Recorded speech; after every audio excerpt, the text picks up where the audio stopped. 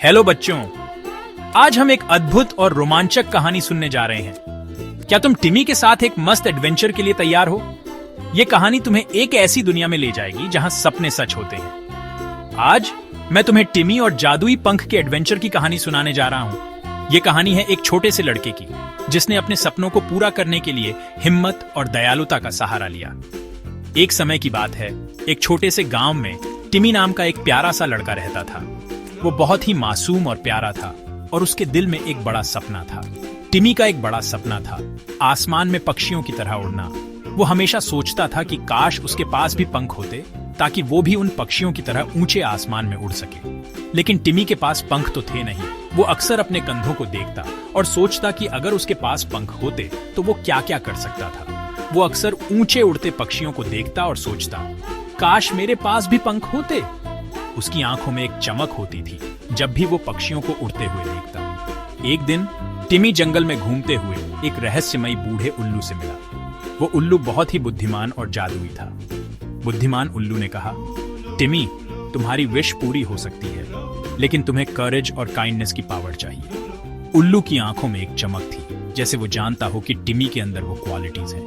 उल्लू ने टिमी को एक चमकता हुआ जादुई पंख दिया और कहा, यह पंख तुम्हें उड़ने की शक्ति देगा, लेकिन याद रखना, असली करेज दिल से आती है। टिमी ने उल्लू की बात ध्यान से सुनी और पंख को अपने हाथ में लिया। उत्साहित होकर टिमी ने पंख लगाया और वो हैरान रह गया।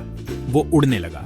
उसकी खुशी का ठिकाना नहीं था। वो आसमान में ऊंचा उड़ने लगा। वो पेड़ों के ऊपर ऊंचा उड़ा, अपने नीचे हवा को महसूस करते हुए। उसे ऐसा लग रहा था जैसे वो किसी सपने में हो, लेकिन यह सपना सच था।